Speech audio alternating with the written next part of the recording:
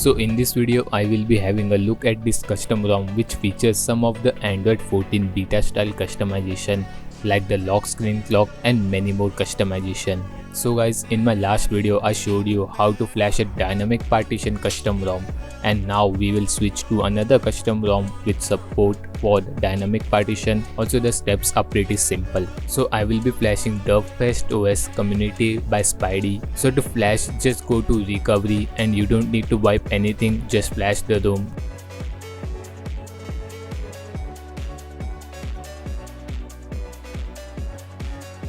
Then after completing, just format the data and that's it.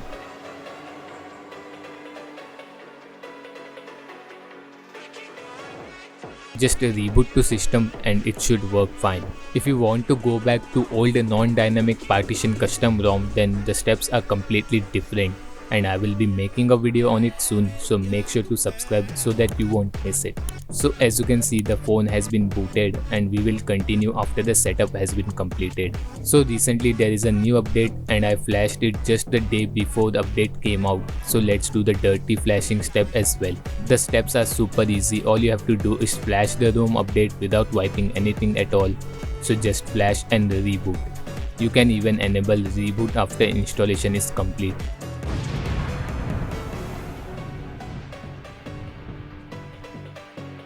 So the flashing has been completed and now the device will reboot automatically. Let's see what will happen now. If it is stuck, that means this ROM will require a clean install. Okay, great, it is working fine as you can see. And if I go to about phone, you can see that security patch has been updated to the latest one. So for customization, let's have a look at the stock launcher customization. There are a lot of customization. As you can see, you can enable themed icons and you can even force every app icons to follow the same theme. There are many options that you can tweak. At the bottom you can get app lock as well.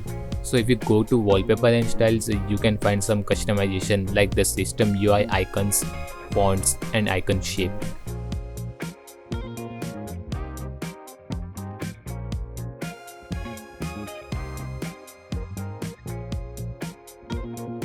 Then if you go to settings, there you can find derp space and that includes more customization.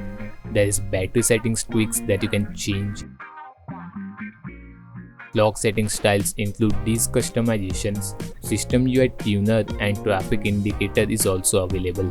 Under miscellaneous, there is status bar lyric option which I haven't tried yet, but it seems cool and new. You can even disguise device so that the app lets you use this feature. Also there are some other options as you can see.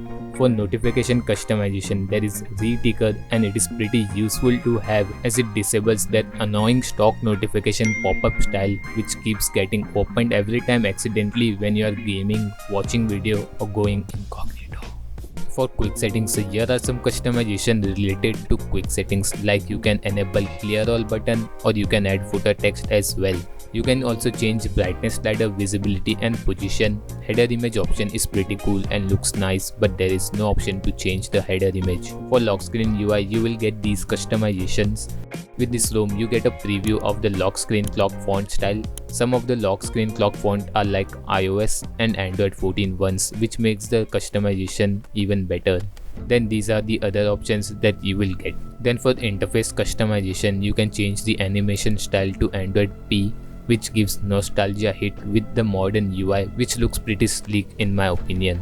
You can find complete system UI customization under interface, then customization. From here you can change the UI style as you can see.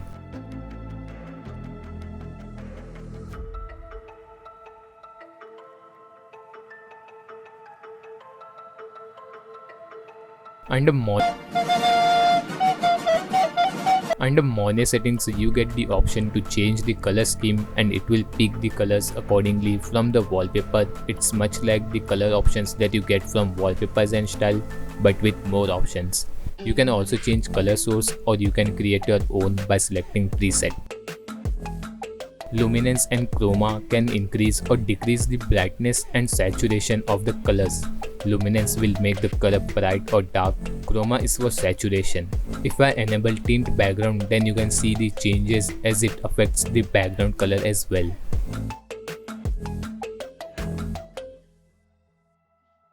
Then you can also change font from here.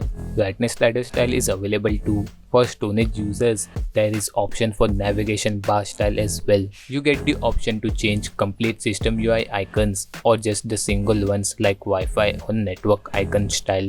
Single ones will only work if you set the icon pack to default one. Other option like icon shape and quick setting tile theme is also good to have. Now there are more customization and features within other settings like battery. So this includes battery charging warning. You will also get block sensor which will automatically block some sensors for the selected apps. So for security, these are the options that you get. Some extra features are the panic settings, disable fingerprint lockout which will disable that 30-second timeout if you enter the wrong password for 5 times, and also disables timeout for failed fingerprint attempts.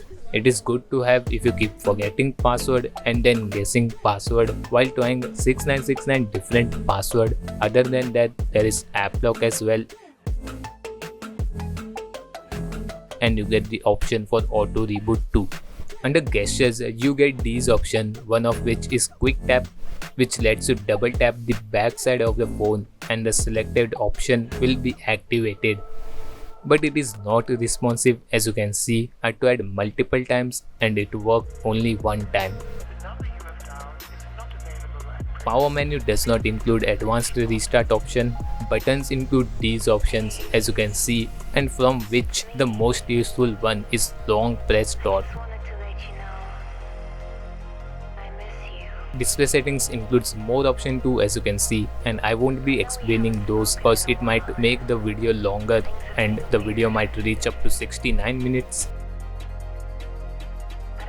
Also, the Widevine is L1 by default and the safety net is secure and tight. For root users, I would recommend to try Kernel as it is much better option if you use banking apps or any other app that won't work on a rooted device. Magisk work too, but sometimes the safety net breaks and fail even after hiding or using modules. With Kernel all you have to do is flash custom kernel with Kernel support and boom, you are good to go. For performance test, I ran CPU throttling test with 100 threads for 10 minutes while using the stock kernel. As you can see, the performance is great and there is only one major tip, and the results are pretty similar while gaming too. Geekbench results is great too. Sonic's kernel based on 4.19 kernel is doing some black magic. Gaming performance is rock solid for 10 minutes as I didn't face any lags, but after that I faced some minor frame drops. Although the device is old, the ROM manages it quite well and provides not so great but good gaming experience.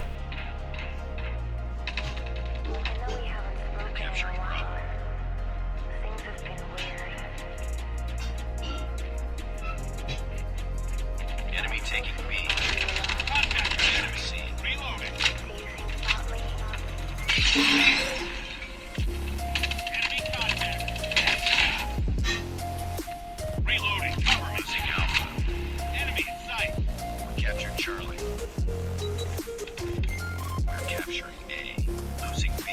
UAV online.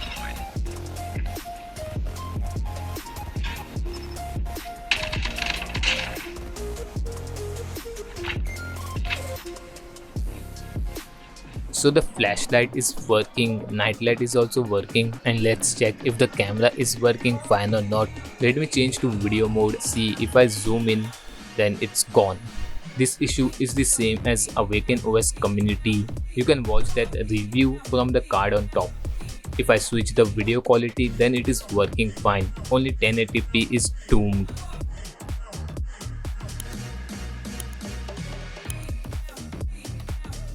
As you can see, it is fine on 4K. Stock launcher is also crashing while changing grid layout. Also, I noticed that some apps are not available on the Play Store and some of them are marked as not supported. Overall, the ROM is great for customization lovers as it packs a lot of customization, good performance, and works fine. These things might be enough for some users out there and can be the best option for customization lovers who just use the device casually, like using Instagram, WhatsApp, or playing light games. but the Play Store bug can be a serious issue for some users. But if you want to try custom ROM that supports dynamic partition and provides a lot of customization, then you should give it a try. If you are new to dynamic partition custom ROM, then watch the flashing steps from the video that should appear on top right corner. It's a different review, but the flashing step for all dynamic partition custom ROM is same except for official Arrow OS. That's it for this video. Make sure to subscribe for more videos like this, comment if you have any questions, and as always, share the video.